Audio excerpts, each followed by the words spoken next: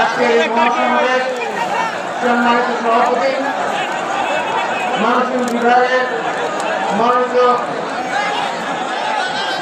সম্মানিত নেতৃবৃন্দ এবং জনসভায় উপস্থিত আমার মা বোনেরা ভাইয়েরা এবং আজকের আয়োজকবৃন্দ সাংবাদিকবৃন্দ, আসসালামু আলাইকুম রহমতুল্লাহ বারকাতুহু।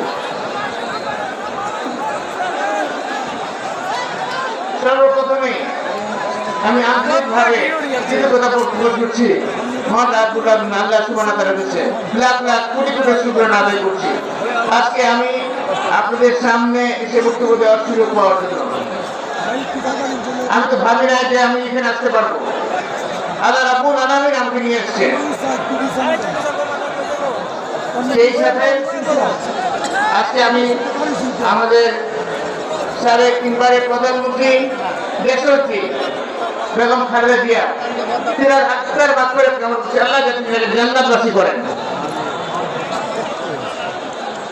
আমাদের নেতা আজকে আসবেন কিছুক্ষণের মধ্যে জনাব তারেক রহমান মাননীয় চেয়ারম্যান সাহেব।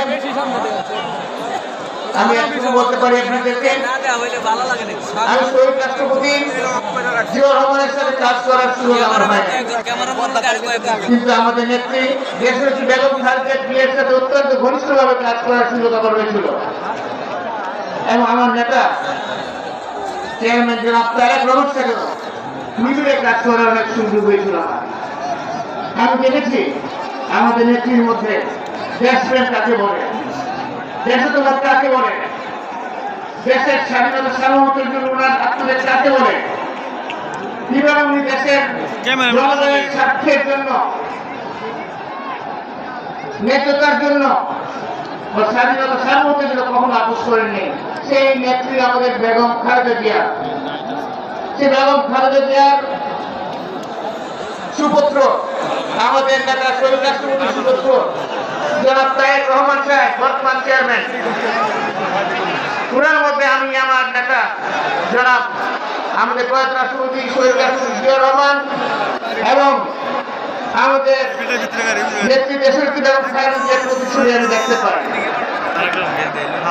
ওনার মধ্যে সেই চরিত্রকর্ম কার্যক্রম আমি দেখতে পাই।